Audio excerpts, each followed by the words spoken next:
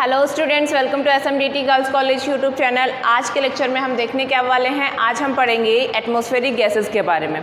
किसके बारे में? हमने इकोलॉजी के अंदर क्लाइमेटिक फैक्टर्स के बारे में शुरू कर रखा है। क्लाइमेटिक फैक्टर किसका पार्ट है? क्लाइमेटिक फैक्टर इकोलॉजिकल फैक्टर्स में हमने देखा था। इकोलॉजिकल फैक्टर्स को हमने 4 फैक्टर्स के अंदर डिवाइड किया। पहला climatic factor, second edaphic, topographic and biotic factor. Climatic factors के अंदर हमने मेन 5 फैक्टर्स जो है उन्हें डिस्कस किया है। कौन कौन से 5 फैक्टर्स को हम पढ़ चुके हैं? हम लाइट के बारे में पढ़ चुके हैं कि लाइट जो है वो किस तरह से प्लांट को इफ़ेक्ट कर रही है। लाइट के बाद में हमने टेम्परेचर को कवर किया है। टेम्परेचर कंप्लीट करने के बाद में हमने देखा है प्रीवियस लेक्चर में कि विंड जो है वो प्लांट पे किस तरह से इफ़ेक्ट डालती है। कौन? विंड, रेनफॉल, प्रेसिपिटेशन और एटमॉस्फेरिक ह्यूमिडिटी के बारे में हम कंप्लीट कर चुके हैं। आज के लेक्चर में हम देखेंगे ये जो क्लाइमेटिक फैक्टर्स हैं, क्लाइमेटिक फैक्टर्स के अंदर हम 6th फैक्टर एटमॉस्फेरिक गैसेस के बारे में डिस्कस करने वाले हैं। सबसे पहले हमें एटमॉस्फेयर वर्ड का मीनिंग समझना होगा कि ये एटमॉस्फेयर है क्या। इन सिंपली हम एटमॉस्फेयर के बारे में कहें तो हम ये कहेंगे कि हमारे अर्थ के अराउंड प्रेजेंट होता है। कहाँ पे प्रेजेंट होता है ये एटमॉस्फेयर? हमारी अर्थ के सराउंडिंग में, अर्थ के अराउंड प्रेजेंट होता है। और हमारी अर्थ के अराउंड प्रेजेंट एक ब्लैंकेट है। क्या है? एटमॉस्फेयर जो है हमारी अर्थ के अराउंड प्रेजेंट एक ब्लैंकेट है जो हमें प्रोटेक्शन प्रोवाइड करती है। किस चीज़ों से प्रोटेक्शन प्रोवाइड करती है? और ब्लैंकेट क्यों कहा है हमने? सिंपली हम समझने के लिए इसे ऐसे कह रहे हैं एग्जाम्पल के फॉर्म में कि ये एक ब्लैंकेट है जो हमारी अर्थ के अराउंड प्रेजेंट होती है, हमें प्रोटेक्ट करने का काम करती है। कैसे प्रोटेक्ट कर रही है? हम डे लाइट में क्या होता है, दिन के समय जो होता ये है कि सन की रेडिएशंस जो हैं, सन की रेडिएशंस जो है वो अर्थ पे आती है। ये हम अर्थ बना लेते हैं, यहाँ पे सन की रेडिएशन जो है सूर्य की विकिरण कहाँ पे? पृथ्वी पे आ रही है। यदि यहाँ पे एटमॉस्फेयर प्रेजेंट ना हो, पृथ्वी के सराउंडिंग में एटमॉस्फेयर प्रेजेंट ना हो, ये क्या है? ये एटमॉस्फेयर मान रहे हैं। यदि यहाँ पे एटमॉस्फेयर हो ना तो क्या होगा? एटमॉस्फेयर नहीं हो तो ये सन की रेडिएशंस जो है वो डायरेक्ट अर्थ पे आएगी और क्या होगा? इनकी रेडिएशंस की वेलोसिटी इतनी हाई होगी कि हम जो हैं वो बर्न हो जाएंगे। अर्थ के ऊपर प्रेजेंट जितने भी ऑर्गेनिजम्स हैं, जितना भी मटेरियल है वो सब बर्न हो जाएगा, जल जाएगा। क्यों जल रहा है? क्योंकि एटमॉस्फेयर कंडीशन नहीं है। हम ऐसा मान रहे हैं कि अर्थ के सराउंडिंग में एटमॉस्फेयर नहीं है। नहीं हुआ तो जो सन की रेडिएशंस जो है उनकी जो वेलोसिटी है इतनी हाई होती है कि सारे ऑर्गेनिजम्स, जो भी मटेरियल अर्थ के ऊपर प्रेजेंट है वो सब बर्न हो जाएगा। ये तो हुआ दिन के समय की बात। नाइट टाइम में क्या होता है? नाइट में टेम्परेचर जो होता है वो डिक्रीज होने लगता है। क्या? टेम्परेचर जो होता है वो गिरने लगता है। हम मान रहे हैं कि यहाँ पे एटमॉस्फेयर प्रेजेंट नहीं है। यदि टेम्परेचर गिरा और एटमॉस्फेयर नहीं है हमारी अर्थ के अराउंड तो क्या होगा? टेम्परेचर इतना ज़्यादा कम हो जाता है कि आइस क्रिस्टल्स की फॉर्म में सब कन्वर्ट हो जाएंगे। कौन? जितने भी अर्थ के ऊपर ऑर्गेनिज्म प्रेजेंट है, प्लांट्स हैं, एनिमल्स हैं, ये वाटर सोर्स जो हैं वो सब आइस क्रिस्टल में कन्वर्ट हो जाएंगे। क्यों कन्वर्ट हो रहे हैं? क्योंकि रात के समय टेम्परेचर गिरता जा रहा है। हमारी अर्थ के अराउंड कोई वो नहीं है, क्या नहीं है? हमारी अर्थ के अराउंड कोई एटमॉस्फेयर नहीं है। इस कंडीशन को मानकर हम देख रहे हैं। तो हुआ क्या? यदि एटमॉस्फेयर नहीं था तो लाइट दिन के समय सन की रेडिएशंस डायरेक्ट आई तो हुआ ये कि हम सब लोग बर्न हो जाएंगे। पृथ्वी पर जितने भी ऑर्गेनिजम्स हैं, जितने भी मटेरियल प्रेजेंट है वो सब जल जाएगा। और रात के समय क्या होगा? यदि रात के समय एटमॉस्फेरिक कंडीशंस एब्सेंट मान रहे हैं हम, टेम्परेचर जितना गिरता जाएगा हम सब लोग आइस की फॉर्म में, आइस क्रिस्टल्स की फॉर्म में कन्वर्ट हो जाएंगे। तो ठीक है, ये तो हमने माना कि एटमॉस्फेयर नहीं है तब हो रहा है। एटमॉस्फेयर है हमारी अर्थ के अराउंड, तो होगा क्या? एटमॉस्फेयर हमारी अर्थ के अराउंड प्रेजेंट है, तो ये होता है कि ये जो सन की रेडिएशंस अर्थ के ऊपर आती है, एटमॉस्फेयर जो है उसे फिर से रिफ्लेक्ट कर देता है। किसे रिफ्लेक्ट कर रहे हैं? ये सूर्य की विकिरणें जो पृथ्वी की सतह पर आ रही है, इन्हें फिर से रिफ्लेक्ट कर दिया जाता है। इनमें से कुछ ही विकिरणों को एब्जॉर्व किया जाता है अर्थ के थ्रू। किनको? कुछ ही रेडिएशंस जो है कुछ ही मात्रा में हीट को एब्जॉर्व करते हैं और कुछ मात्रा में फिर से रिफ्लेक्ट कर दिया जाता है रेडिएशंस को। और नाइट के टाइम पे क्या होगा? रात के समय होगा ये टेम्परेचर जैसे जैसे डिक्रीज होता जाएगा। हमने कहा कि ये एटमॉस्फेयर जो है वो क्या है? एटमॉस्फेयर ब्लैंकेट है, अर्थ के अराउंड प्रेजेंट है। तो इस एटमॉस्फेयर ने एब्जॉर्व क्या किया था? दिन के समय में इसने रेडिएशंस को एब्जॉर्व किया था, तो ये हीट एनर्जी जो उसने एब्जॉर्व करके रखी है किसने? एटमॉस्फेयर में। रात को नाइट के समय जब टेम्परेचर डिक्रीज होता जाएगा तो हीट कहाँ से मिलेगी हमें? एटमॉस्फेयर के थ्रू मिलेगी। एटमॉस्फेयर के पास में कहाँ से आई?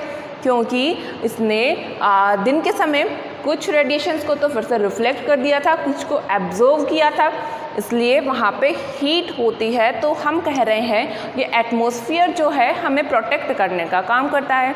दिन के समय भी हमें प्रोटेक्ट करता है, रात के टाइम पे भी हमें प्रोटेक्ट करता है। एटमॉस्फेयर में होता क्या है? एटमॉस्फेयर के अंदर कुछ गैसेस होती है, जैसे कि अभी हम ये डायग्राम में देखेंगे कि एटमॉस्फेयर में कितनी % गैसेस होती है। कुछ गैसेस होगी और कुछ डस्ट पार्टिकल्स भी होता है। किनमें? एटमॉस्फेयर में हम कह रहे हैं गैसियस मॉलिक्यूल्स होते हैं, डस्ट पार्टिकल्स होते हैं। डस्ट पार्टिकल्स इतने छोटे होते हैं कि हम उन्हें नेकेड आई से नहीं देख सकते। कभी कभी क्या देखते हैं हम कि जब किसी कमरे के अंदर सूर्य की किरणें आ रही है तो हमें ऐसे छोटे छोटे मिट्टी के या डस्ट के पार्टिकल्स जो हैं वो उड़ते हुए दिखाई देते हैं। ये तो हम देख पा रहे हैं, इनसे भी छोटे जो हैं बहुत से पार्टिकल्स जो होते हैं डस्ट के वो प्रेजेंट होते हैं। एटमॉस्फेयर में है क्या? गैसेस है, कुछ डस्ट के पार्टिकल्स हैं। अभी हम देखेंगे कि एटमॉस्फेयर के अंदर जो है मेजर गैसेस कितनी होती हैं या उनका कितना % होता है, किनका? गैसेस का क्या % होता है। एक डायग्राम ड्रॉ किया है यहाँ पे हमने। ये डायग्राम हमें ये बता रहा है कि हमारी एटमॉस्फेयर में 78% जो है वो क्या है? नाइट्रोजन। 78% नाइट्रोजन होती है। कहाँ पे है 78% नाइट्रोजन? अर्थ के एटमॉस्फेयर के अंदर 78% नाइट्रोजन होती है और 20.9% जो है वो ऑक्सीजन होती है। 20.9% जो है वो ऑक्सीजन होती है, 78% जो है वो नाइट्रोजन होती है। कुछ 0.17% जो होती है वो अदर गैसेस होती है। कितना % है अदर गैसेस का? 0.17। इनके अंदर कौन सी गैसेस आएगी? इनके अंदर नाइट्रोजन, ऑक्सीजन, कार्बन डाइऑक्साइड, इनको छोड़ के जितनी भी गैसेस मॉलिक्यूल्स होते हैं वो सब इंक्लूड किए जा रहे हैं किसमें? अदर गैसेस के अंदर, जैसे कि नियोन को, हाइड्रोजन को, हीलियम को, क्रिप्टॉन को, एक्सेट्रा। आगे हम देखेंगे कि ये जो 0.9 ब्लू कलर से हाईलाइट करके हमने बनाया है, अर्थ के एटमॉस्फेयर के अंदर 0.9% आर्गन होता है। क्या आर्गन होता है? 0.9% आर्गन होता है और 0.3% जो है वो कार्बन डाइऑक्साइड CO2 होती है। हमने क्या देखा है? हमने कहा कि एटमॉस्फेयर जो है वो किन से बना है? एटमॉस्फेयर जो है वो बना है गैसेस मॉलिक्यूल से और बना है डस्ट के पार्टिकल से। फिर हमने देखा कि अर्थ में कौन सी गैस का कितना % होता है। तो सबसे मैक्सिमम % किसका था? मैक्सिमम % था नाइट्रोजन का। नाइट्रोजन के बाद में सेकंड में मैक्सिमम पार्ट जो था वो ऑक्सीजन का। ऑक्सीजन का होता है एटमॉस्फेयर का लगभग मैक्सिमम पार्ट ये दो गैसेस ही कवर कर रही है, nitrogen and oxygen. Carbon dioxide जो है वो 0.3% होती है और आर्गन जो है वो 0.9%। और कुछ अदर गैसेस, जितनी भी अदर गैसेस है इनमें बहुत सारी कार्बन CO2 को छोड़कर, ऑक्सीजन को छोड़कर और नाइट्रोजन को छोड़कर जितनी भी गैसेस होती है उन सबको इंक्लूड किया जा रहा है इस अदर गैसेस के अंदर। और ये जो होता है इनका परसेंटेज कितना होता है, इनका परसेंटेज होता है 0.17। 0.17। ये तो हमने परसेंटेज देख लिया कि हमारी एटमॉस्फेयर में कौन सी गैस की कितना परसेंटेज प्रेजेंट है। अब हम देखेंगे कि ये जो गैसेस प्रेजेंट है एटमॉस्फेयर में ये प्लांट्स को किस तरह से इफ़ेक्ट करती है। सबसे पहले हम नाइट्रोजन पे चलते हैं। किसको? नाइट्रोजन को डिस्कस करेंगे। नाइट्रोजन एटमॉस्फेयर का मैक्सिमम फर्स्ट पार्ट बना रही है। 78% कितना किसका है? 78%। 100 में से 78% जो है वो केवल नाइट्रोजन है।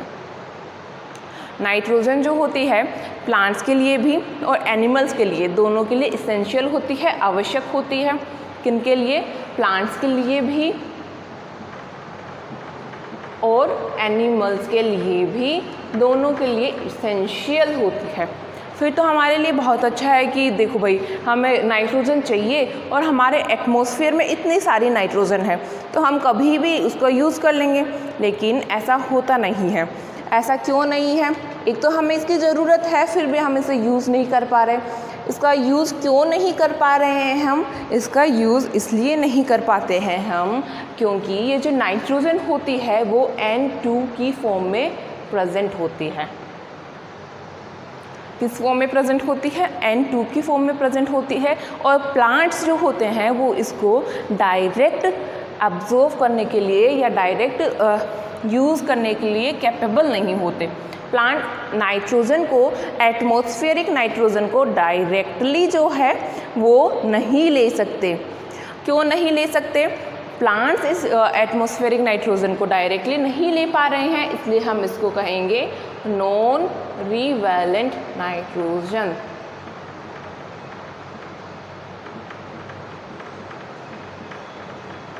क्यों नहीं एब्जॉर्ब कर पाते प्लांट्स? क्योंकि प्लांट्स जो है वो इतने कैपेबल नहीं है कि इन नाइट्रोजन के बीच में जो बॉन्डिंग है उसे तोड़ सके।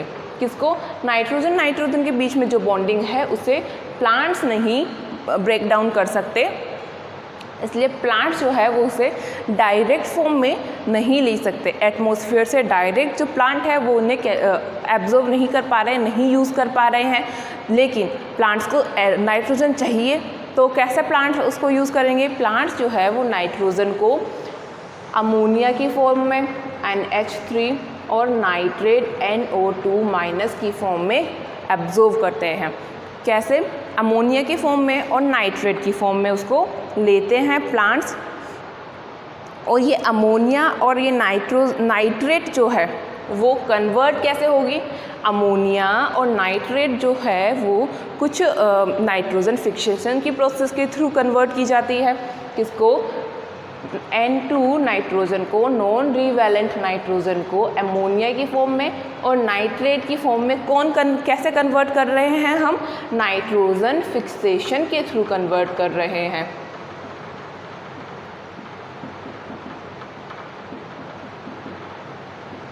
और ये नाइट्रोजन फिक्सेशन में हेल्प कौन करता है?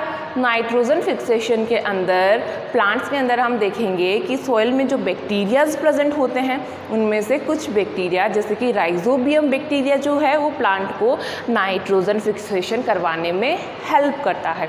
कौन सा बैक्टीरिया? बैक्टीरिया का नाम क्या है? राइजोबियम नाम का बैक्टीरिया जो है वो प्लांट को अमोनिया को नाइट्रोजन को नॉन रिवेलेंट नाइट्रोजन से रिवेलेंट नाइट्रोजन की फॉर्म में कन्वर्ट करके देता है।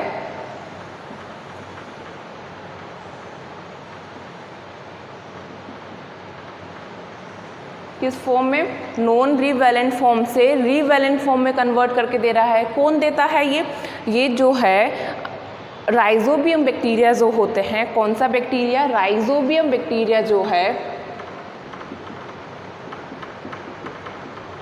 वो नॉन रिवेलेंट नाइट्रोजन को रीवैलेंट नाइट्रोजन के अंदर कन्वर्ट करते हैं। N2 की फॉर्म से NH3 अमोनिया की फॉर्म में, NO2 माइनस नाइट्रेट की फॉर्म में कन्वर्ट करते हैं, जिससे कि प्लांट जो है उसको एब्जॉर्ब कर सके और प्लांट जो है वो अपना फंक्शन कर सके। प्लांट्स के लिए ये है नाइट्रोजन ज़रूरी क्यों होती है? प्लांट्स के अंदर क्या प्रेजेंट होता है? लीफ पर क्लोरोफिल पिगमेंट्स होते हैं। क्लोरोफिल पिगमेंट का मैक्सिमम पार्ट जो होता है वो नाइट्रोजन का होता है। मैक्सिमम पार्ट किसका? क्लोरोफिल पिगमेंट का मैक्सिमम पार्ट जो है उसमें नाइट्रोजन होते हैं।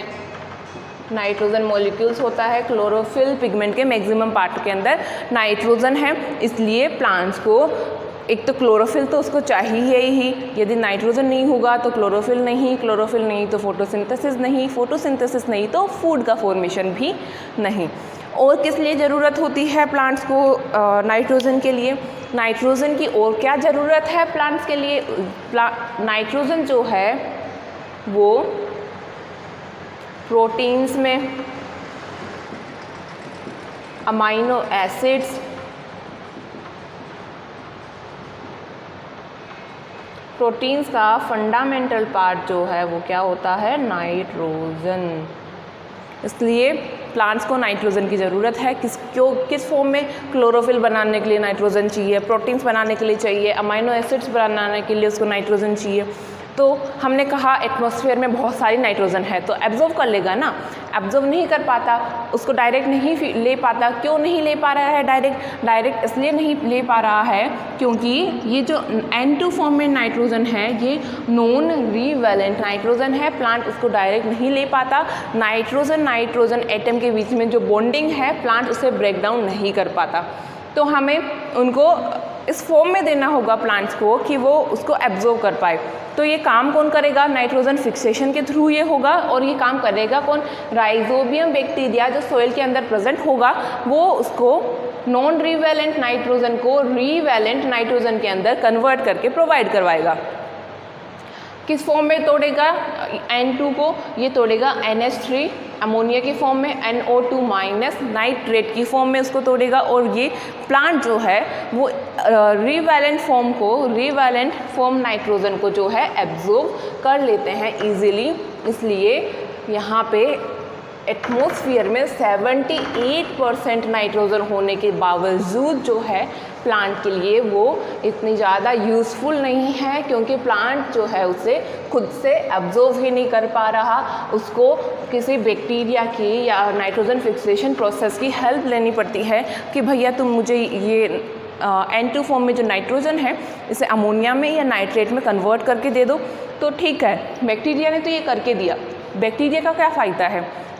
कोई भी बैक्टीरिया भी तो एक लिविंग ऑर्गेनिज्म है, उसे भी तो कोई फ़ायदा होना चाहिए जो नाइट्रोजन फिक्सेशन कर रहा है, प्लांट की हेल्प कर रहा है। तो बैक्टीरिया को क्या फ़ायदा हो रहा है? बैक्टीरिया को फ़ायदा ये हो रहा है कि जो प्लांट्स हैं वो बैक्टीरिया को फूड प्रोवाइड करते हैं।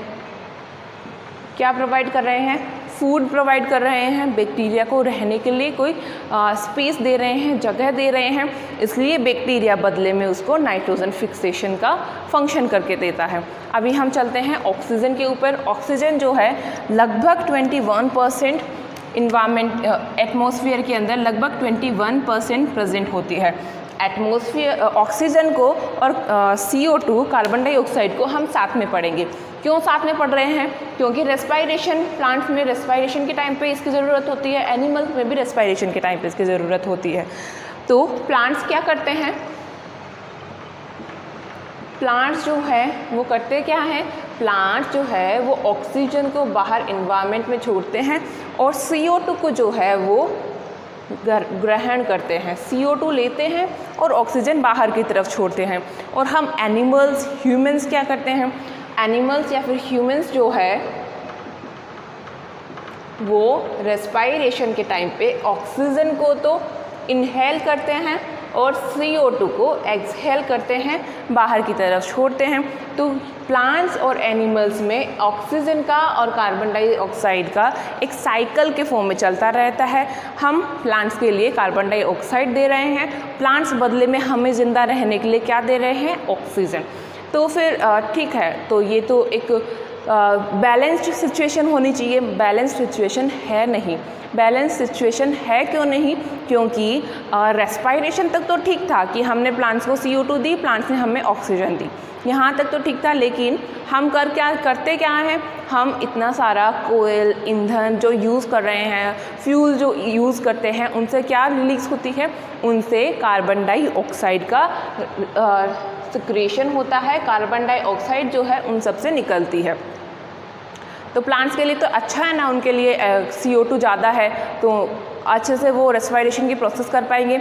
अच्छा नहीं होता, ये नेगेटिव फैक्टर है। नेगेटिव फैक्टर क्यों है? क्योंकि ये CO2 जो है, कार्बन डाइऑक्साइड जो है, वो अर्थ के टेम्परेचर को इंक्रीज़ करती है। कौन? कार्बन डाइऑक्साइड जो है वो अर्थ के टेम्परेचर को इंक्रीज़ करती है।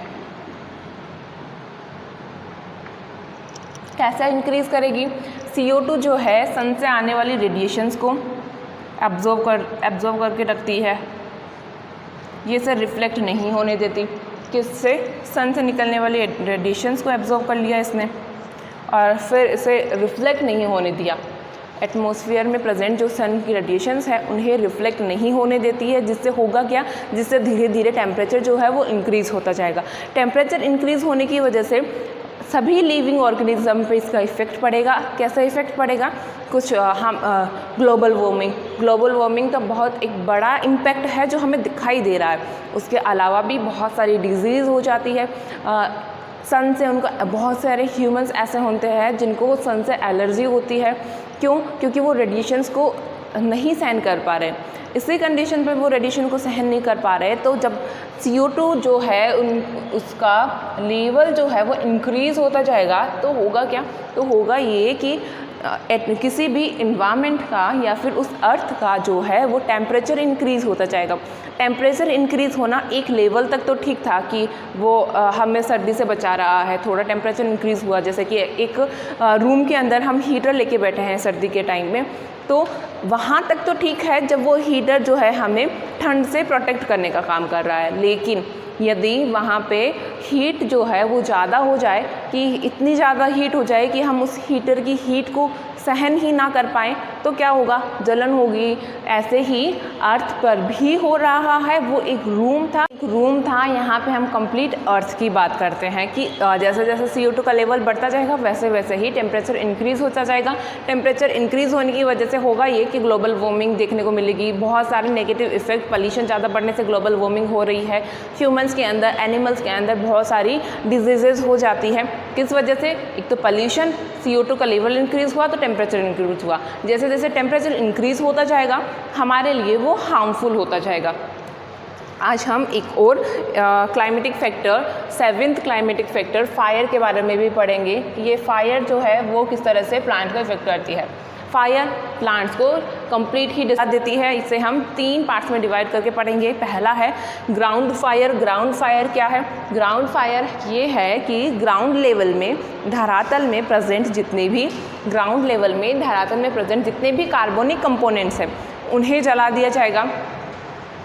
फिर सेकंड क्या है? Surface fire. सरफेस फायर कहाँ पे होता है? सतही इलाकों में, सूखे घास के मैदानों में, मैदानी इलाके जहाँ पे हैं, सूखी घास प्रेजेंट है, सूखे पत्ते पौधे जो प्रेजेंट है, वहाँ पे आग लग जाएगी तो जितने भी ऑर्गेनिजम्स वहाँ पे प्रेजेंट हैं उस फायर की वजह से वो इफ़ेक्ट होंगे। थर्ड है क्राउन फायर। क्राउन फायर को हम फॉरेस्ट फायर के नाम से भी जानते हैं। ये फॉरेस्ट फायर है क्या? एक कंप्लीट फॉरेस्ट जो बर्न हो गया, किसकी वजह से? फायर की वजह से। इसे हमने क्राउन फायर कहा या फिर फॉरेस्ट फायर कहा। लेटेस्ट 2020 में हमने देखा कि अमेज़न रेन फॉरेस्ट के अंदर आग लग गई थी, ऑस्ट्रेलिया के फॉरेस्ट के अंदर भी आग लग गई थी। आज के लेक्चर में हमने क्लाइमेटिक फैक्टर्स को कंप्लीट कर लिया है। इकोलॉजिकल फैक्टर के पहला फैक्टर क्लाइमेटिक फैक्टर आज हम कंप्लीट कर चुके हैं, जिसमें हमने लाइट, टेम्परेचर, ह्यूमिडिटी, विंड के बारे में, एटमॉस्फेरिक के गैसेस के बारे में, फायर के बारे में, इन सब क्लाइमेटिक फैक्टर्स को डिस्कस कर लिया है। आई होप आप लोगों को आज का लेक्चर समझ में आया होगा। वीडियो को ध्यान से देखना। कल हम इडेफिक फैक्टर्स को शुरू करेंगे कि ये इडेफिक फैक्टर्स जो हैं उनके अंदर हमें पढ़ना क्या है, वो प्लांट्स की फिजियोलॉजी पे, प्लांट्स की ग्रोथ पे किस तरह से इफेक्ट डाल रहा है, ये कल के लेक्चर में हम देखेंगे। वीडियो को ध्यान से देखना। अगर इसमें कुछ कन्फ्यूजन हो तो मुझसे शेयर करना। Have a good day students.